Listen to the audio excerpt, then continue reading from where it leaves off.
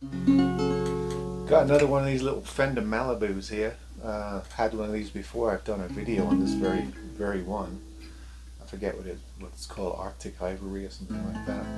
But I thought today I would take a chance to do another question answer session. In the future, maybe I'll do these live. But for now, until I build the channel up a bit more, I just wrote down 8 of your questions, and I'll try to answer them quickly and succinctly, as you know me to be.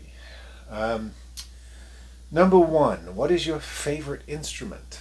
Sounds like a daft question, doesn't it? Because I mostly do guitars, some ukuleles on this channel, but you might be surprised to know that probably my favorite instrument is the first instrument that I was instructed on, which is the cello. I'm a cellist.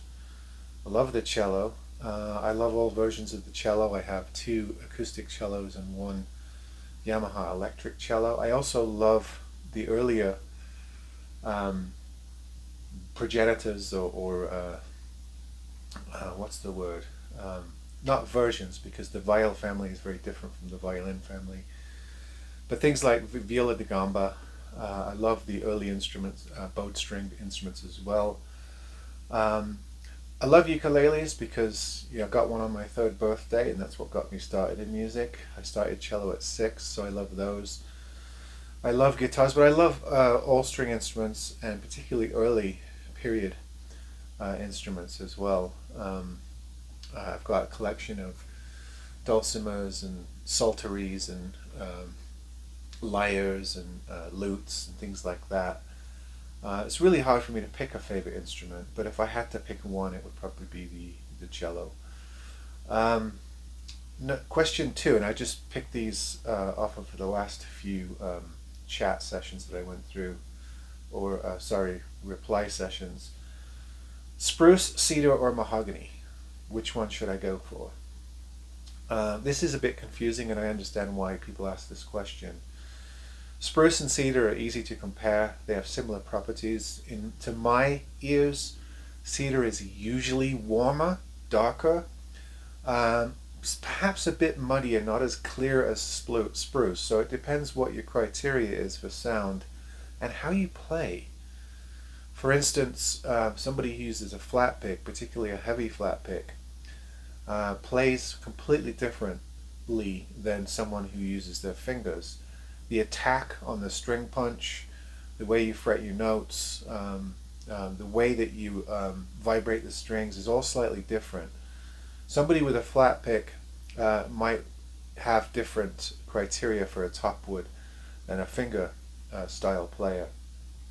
I'm more of a finger style player, so cedar's my favorite, but I have lots of spruce guitars that I really love. And remember, there are different variations of spruce that sound different as well. Mahogany? There's a bit of debate about mahogany. All mahogany guitars, because mahogany is a harder wood, they can be brighter than spruce or cedar. They can also be darker. And a lot of people often tell me I'm looking for a mahogany guitar because I want something darker with more bass. So it's hard to really assign one of those attributes to mahogany. It's really a case-by-case thing. For instance, I've had a couple of those Paramount Fenders. I've had 3 or 4 now that are all mahogany, solid mahogany. And sometimes they're brighter and sometimes they're darker. It's not really a consistent thing with mahogany. And again, a lot depends on the graduations of the wood, the joinery, the particular wood choice or selection, whether it's A grade, B grade, C grade wood or offcuts. So the whole wood versus wood thing is not cut and dried, and really you just have to play guitars and see what your preference is. But roughly, I love a cedar guitar, but I also like a lot of spruce guitars. I have less mahogany guitars that I keep, but occasionally I come across one that is amazing, particularly smaller body guitars like little mahogany parlors or triple O. So not a clean answer to that question, or either question so far. Someone asked me, do you work on dulcimers? I'm not sure whether you mean mountain or hammered. Quick answer, I've worked on both. I've set up a few mountain dulcimers, kept one, which I really like.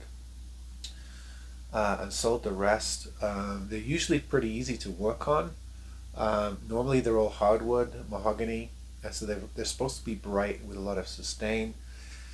Yeah, I've had a few over the years. I've worked on a few. If I can find them cheap enough, I buy them and set them up and resell them. Uh, I've only ever restored two. No, actually, I've restored three hammered dulcimers, two of which I kept. So I have a songbird hammered dulcimer, traditional, I think 1516 hammered dulcimer, and I have a santor, Persian santor, which is a smaller, different shape, differently strung instrument, and I keep those two for recording. I've set up at least one other that I resold.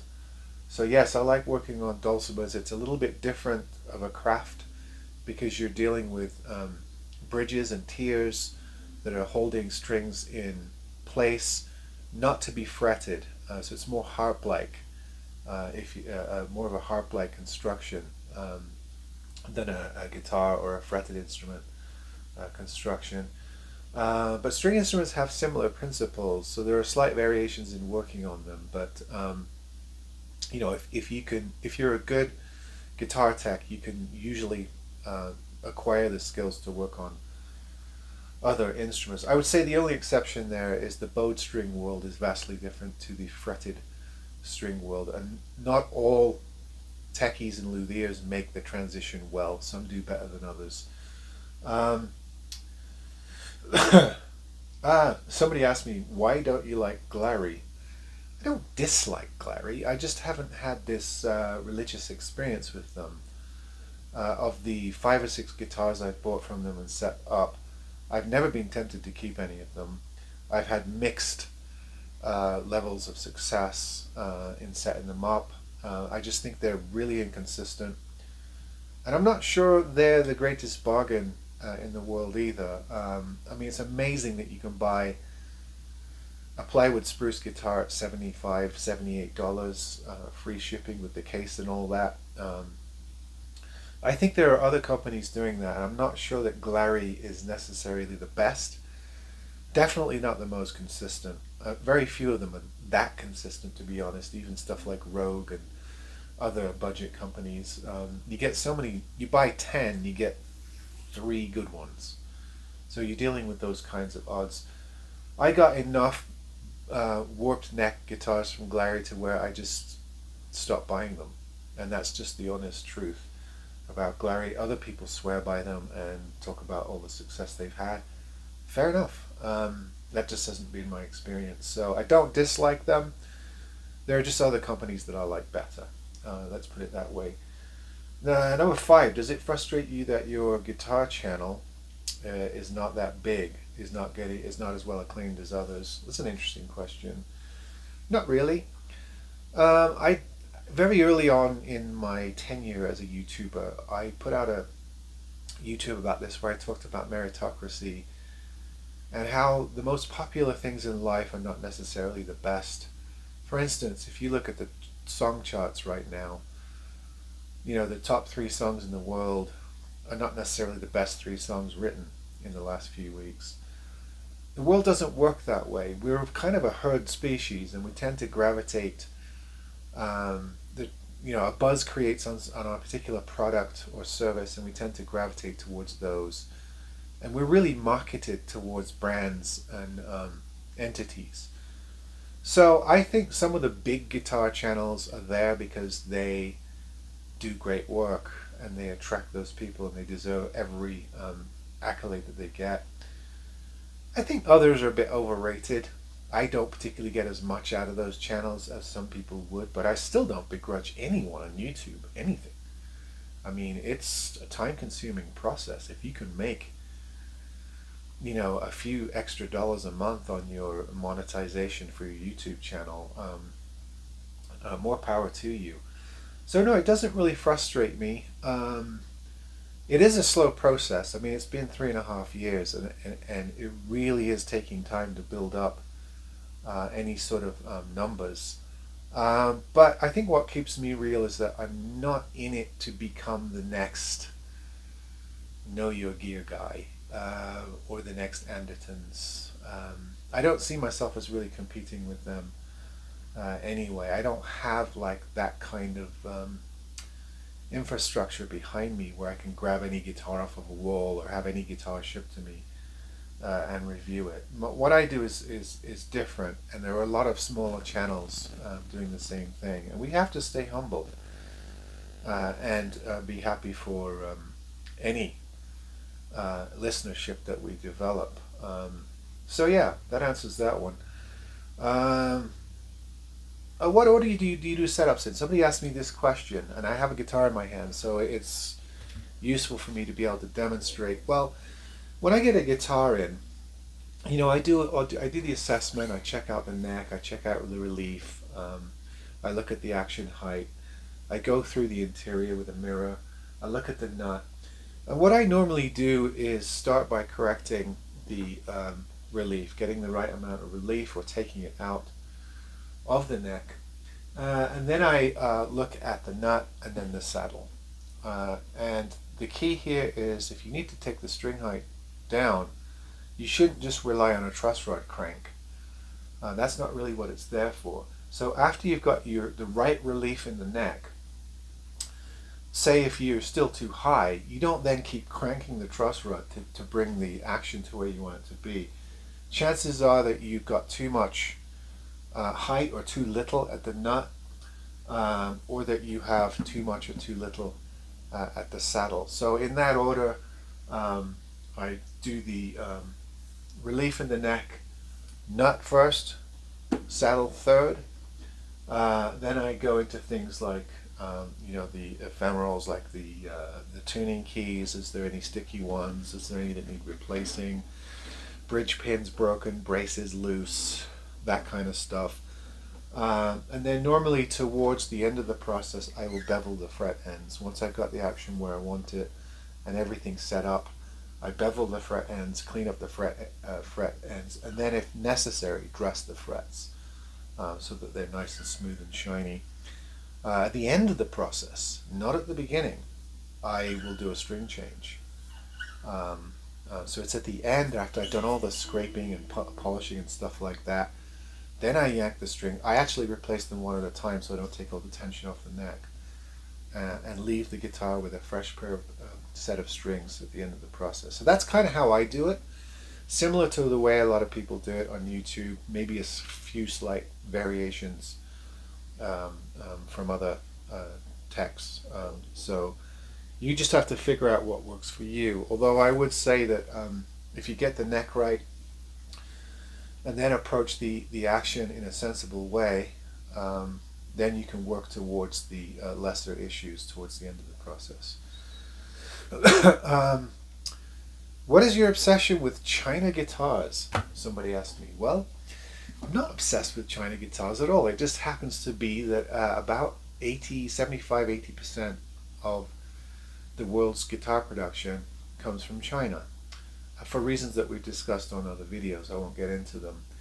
You can bump that percentage up to probably about 86% if you include all the other Asian countries. So it just happens that most of the instruments that come my way are going to be Asian made or Asian manufactured. Not always. I have reviewed the Godin instruments, which are made in Canada, and you know, one or two Fenders, Martins, that kind of thing. It's just the way the numbers are presented to me. I don't have a preference for any particular country over another. I think there are good and bad instruments manufactured in all these countries, including the US. For instance, from China, there are some incredible high-end, even boutique makers. There are some really top factories in China that are making guitars for the top brands. Same with Japan, same with Indonesia, same with Vietnam, same with South Korea. Same with the European countries. I mean, there's still a fantastic making community in most of Western Europe, particularly Germany, France, Eastern Europe even now, Britain. But there are also substandard or lesser grade or lesser quality brands coming out of those countries as well. So I don't have any particular preference or allegiance to any particular manufacturing country over another. It just happens to be that most of the instruments do come from those regions. And I don't like people who just write off China. I think it's ridiculous. I could show you a $25,000 cello that was made by a Chinese maker that competes with anything made in Europe. So to say China is just the progenitor of junk it's libel. It's wrong. It's a lie. And a lot of people are operating on old prejudices about China, and they need to update them. Number 8, last question. Buy online or at a retail shop?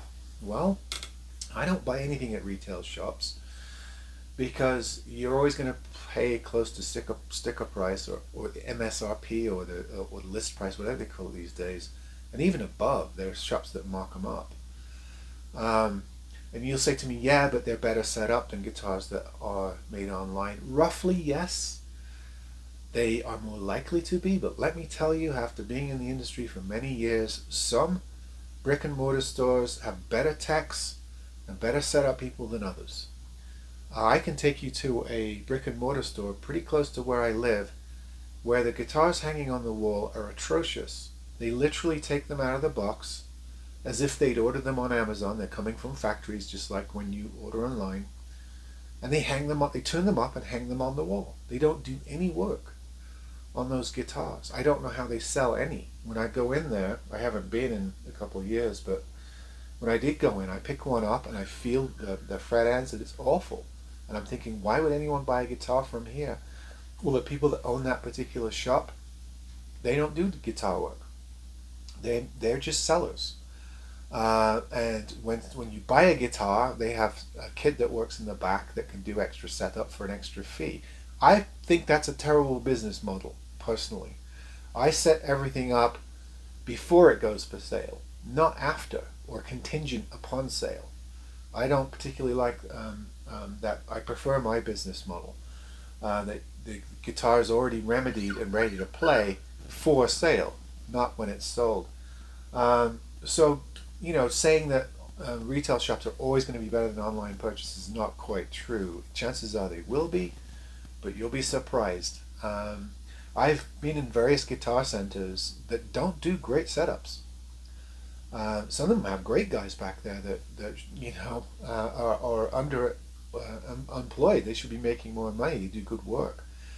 Others have substandard.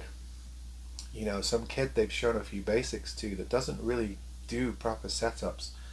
So you can go to a retail shop and not every guitar on the wall is going to have the feel that you want, and you may need to do extra work. But in general, you're probably going to get a better setup guitar at a retail shop than you are coming online. However, my tagline, if you like, on this channel is learn some setup. I don't market it like know your gear, but learn some setup and you can buy online with much more confidence. And when you get guitars that are high, that are sharp fret ends, that have buzzing, you can say, you know what, I know how to remedy this.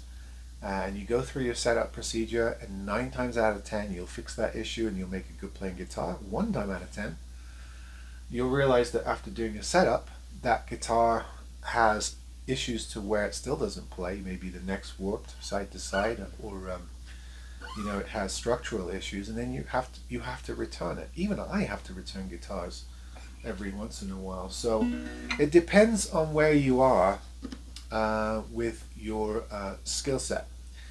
If as a guitar player you've learned to do a bit of setup, then you can buy it either place and take care of the issues. Or if you have a regular tech you get a great deal on, he does all your guitars, and you're okay with anything you buy, taking it down to that shop and having him do his setup on it, that works too. It's a bit more expensive. You're gonna have to add $40-50 to every guitar you buy, which I would rather learn to do it myself if I were in that position.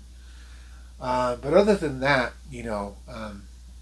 understand that you buy a guitar online or even from a retail store, you take it home to where it's in a different atmosphere or place under different conditions 2 weeks down the road, your fret ends go sharp, the belly rises or drops, you know, the action of the guitar changes, it becomes buzzy or harder to play.